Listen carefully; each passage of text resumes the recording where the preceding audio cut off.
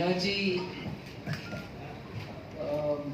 money which was allotted in the budget, I will broadly only indicate, and I'm sure FS Somanathan will give you specific items for which it is being given. It's not a subsidy which is being given indirectly.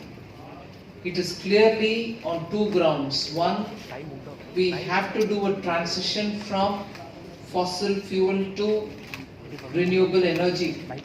Many of the refineries that Government of India's public sector undertakings have will have to have change of plant and machinery so that they are able to update the machine capacities and be ready also for blending of fuel, because we are bringing in biofuels, we are also bringing in ethanol. So the refineries will have to be updated in their technologies. Second, we also want to make sure our strategic reserves are all filled up adequately. So this is specifically and openly being given to Ministry of Petroleum, Natural Gas with these objectives. So there's no, in fact I'd like to say, in the last 3-4 years, the budgets don't show anything for the reasons which are not mentioned, meaning they show for what purpose they are, and that is the purpose. There is no below the carpet pushing of agenda or keeping something secretive. Thankful that the budget has been gone through in such detail. But the fund allocation for Manrega, I've said this in the Parliament as well, has not gone down.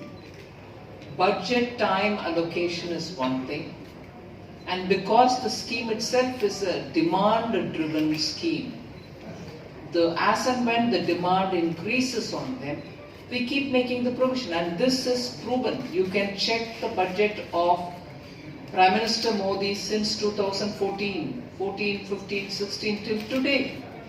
Every time we make an allocation during the budget estimate, and then through the year, as and when the demand goes up, we revise it.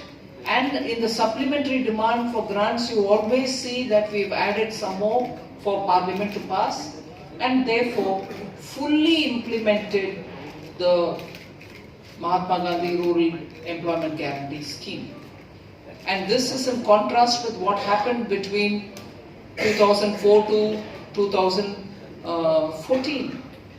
So it is one thing to give at the beginning of the budget, and also equally important to keep responding to the developing situation in the ground, and even more important to fully implement it.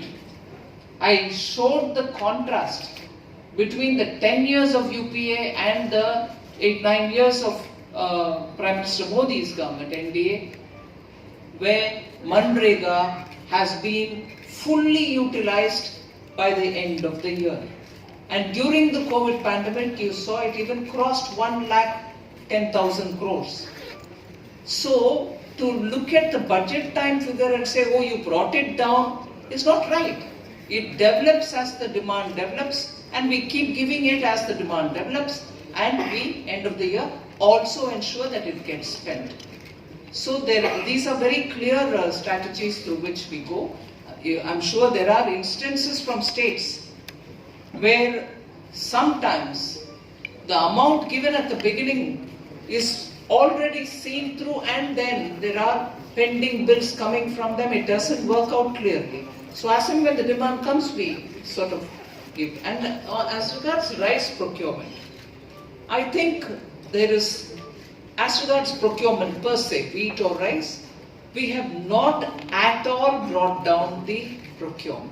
If anything, the quantum of procurement, again, in these years, these 8 years, compared to the 8 years any time prior, the quantum has gone up, and because the MSP rate is high, even the total amount given to the farmer after procurement is also very high.